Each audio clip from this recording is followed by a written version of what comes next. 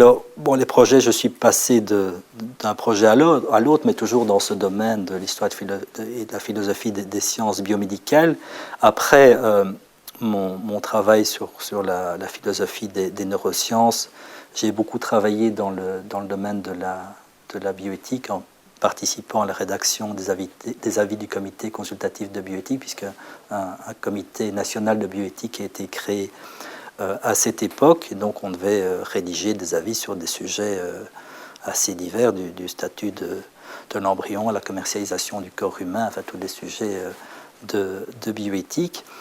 Et fin des années 90, on a entamé avec Gilbert Ottois et l'équipe du CRIP un grand projet de recherche encyclopédique. Donc on a lancé ce projet de rédaction d'une nouvelle encyclopédie de bioéthique qui est apparue dans les années 2000. Donc on a contacté là des chercheurs du monde entier pour faire le point. Donc c'était une encyclopédie qui se voulait pluraliste pour se faire le point sur les différentes questions de bioéthique. Il n'y avait pas encore d'encyclopédie en langue française. Et depuis lors, c'est devenu une référence. Cet ouvrage est devenu une référence. Et c'est à cette époque, à l'époque aussi, j'ai créé, sous l'impulsion de Jean-Louis Van Herweghem, qui était recteur de l'ULB, qui s'est toujours intéressé beaucoup. C'est aussi quelqu'un qui a compté pour moi, qui est un homme très, très ouvert et prêt à soutenir des projets.